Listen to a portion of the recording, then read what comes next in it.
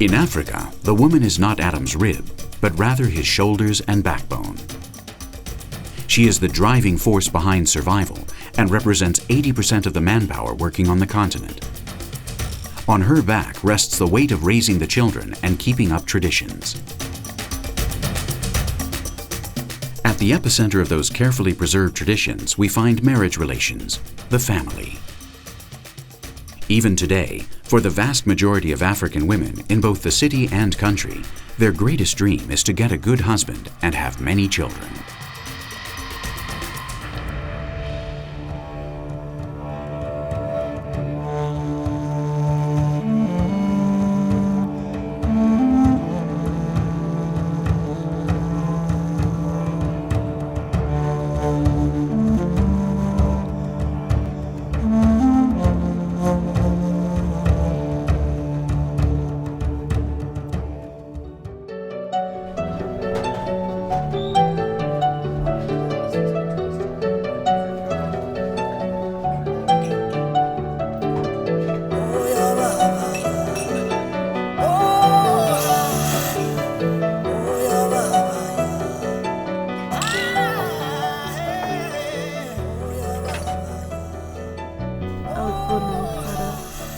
When I was 16 years old, my parents said to me, you get married.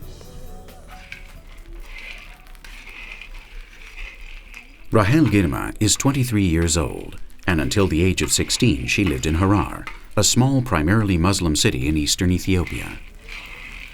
At that age, she was to have married an uncle of her father's who, according to the dictates of tradition, had arranged this marriage when she was still a little girl. Rahel never accepted the agreement, and when the time for her wedding approached, she fled to Addis Abeba, where she works in a bar in the city center. At present, she is going out with one of the waiters in the bar. Okay, this is my uncle. Before he come in the house, he bring me presents. One day my parents are sleeping. I get up in the morning. I left my home. I take a taxi. I go to the radio. I take rain. I'm coming at Addis. After if I saw this, the city is very big and beautiful, I think myself I'm free. After I have little money, I must go in hotel. I find a job. After I get this restaurant, Milkos restaurant, we work each other. One guy. One day he asked me to invite me. We go together. We make a relationship. Now we live together. He helped me, and I love him.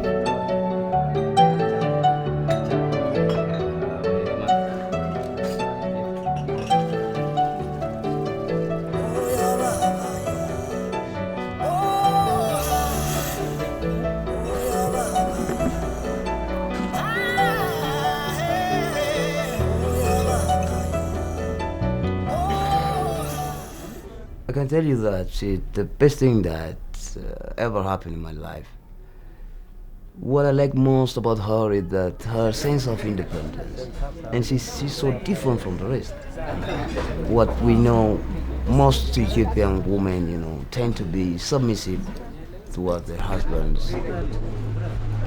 No, I'm not. No, I'm not this. Nobody knows me. I can do whatever. I think I'm free.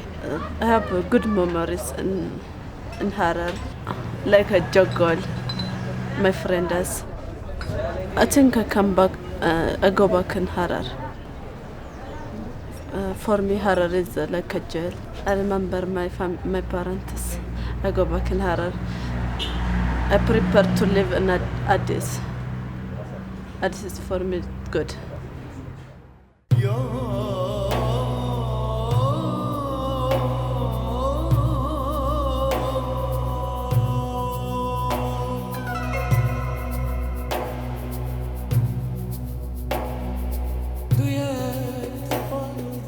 Ethiopia is a Christian island surrounded by Muslim countries.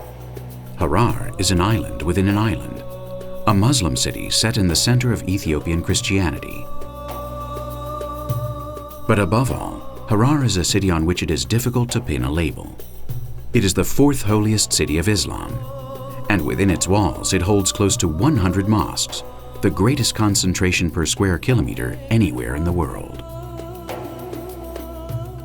For centuries, Harar was a key point on the trade route between Ethiopia and the Somali coast.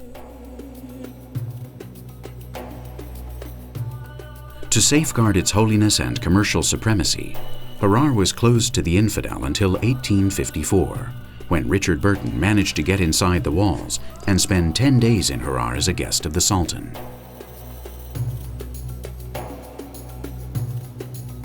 There was a curse, according to which the city's power would decline from the time of the first Westerners' arrival. Whether by chance or not, from that moment it began the slow decline which has kept it somnambulant, as if drugged. Harar is a devout and ancient city where tradition rejects the pull of modernity.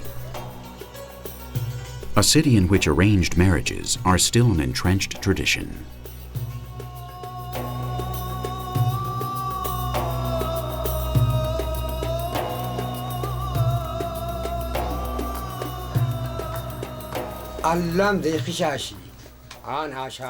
I will never allow my daughter to return.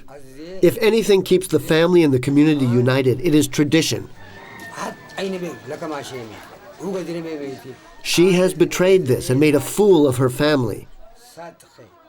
I supported her ever since she was a baby, paying her expenses all her life, and she ran off with the money I gave her.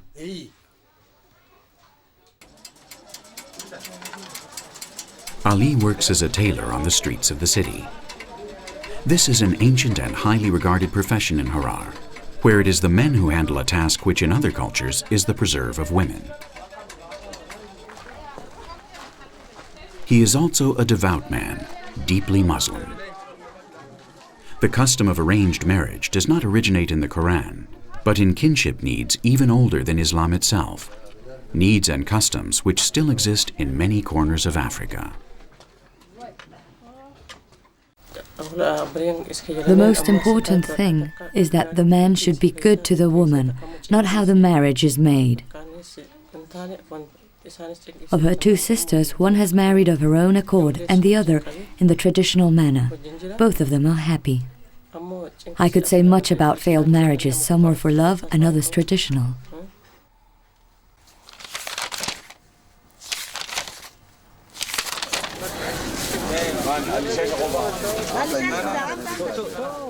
Rahel's mother works selling chat. Chat is a stimulant which is taken throughout the Horn of Africa. Some eat it to work better, and others to study. It is always present at social occasions and at weddings.